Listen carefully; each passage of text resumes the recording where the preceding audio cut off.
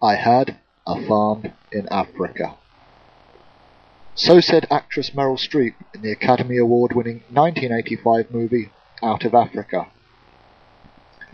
But what do most of us really know about Africa? Let's take South Africa for example.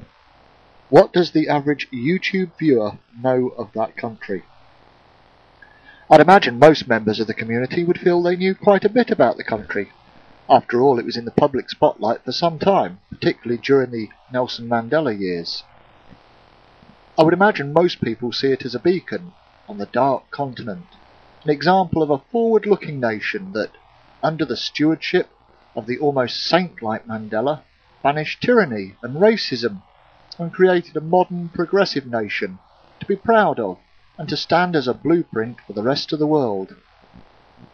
After all, Barack Obama, the new President of the United States of America, and Gordon Brown, the Prime Minister of England, have both gone out of their way to praise Mandela and his works, and the Nobel Committee even went as far as to award Mr. Mandela the Nobel Peace Prize, an award that, according to Alfred Nobel, should be awarded to the person who shall have done the most or the best work of fraternity between nations, for the abolition or reduction of standing armies, and for the holding and promoting of Peace Congress.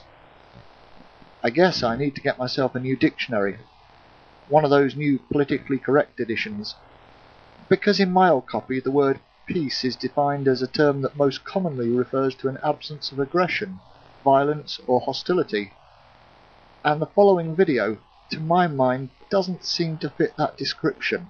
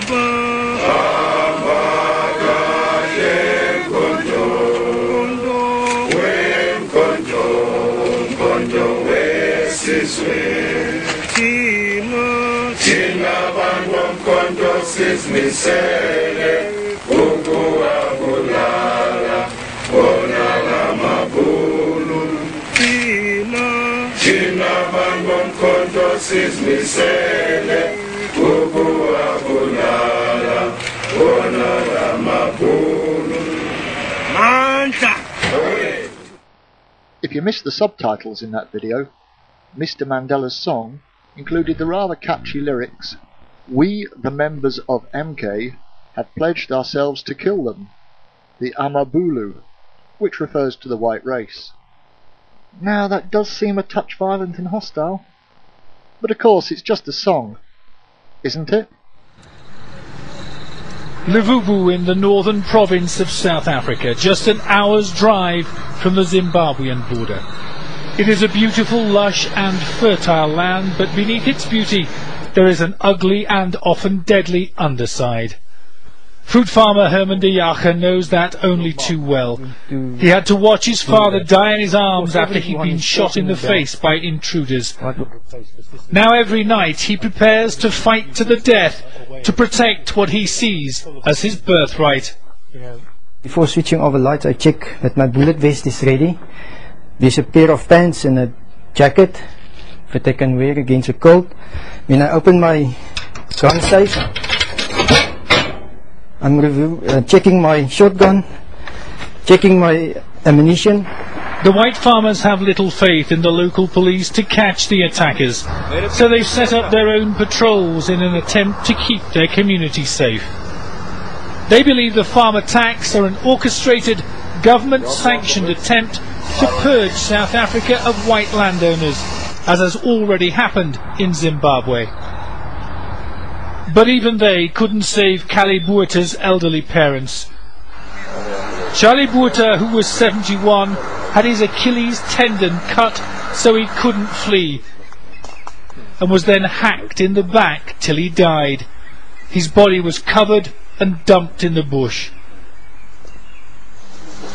His wife Joey had her head stoved in by a brick wielded with such force her skull cracked like an egg as she watched TV at home. You can't kill an animal like that they killed my mom and my father. You can't believe it. If you see them, you can't believe it. South Africa's Security Minister Charles Nkakula sympathises with the farming community but categorically denies any government backing for the farmer tax. Well, these are criminal elements in South Africa. It has nothing to do with any plan, perceived or real, to try to drive people away from the land that they have occupied for many years. Where there is an intention on the part of government to get some of that land, happens through consultation and negotiations with the farming community. It has nothing to do with any political agenda whatsoever. Whoever is carrying out these farm attacks, and for whatever reason, one thing is not in doubt. They are becoming increasingly violent and more often than not deadly. The farmers have erected this huge memorial on one of the main routes north to commemorate the 2,000 or so of their colleagues who have already died in what they call plaasmoorde, farm murders. And that number is going up all the time.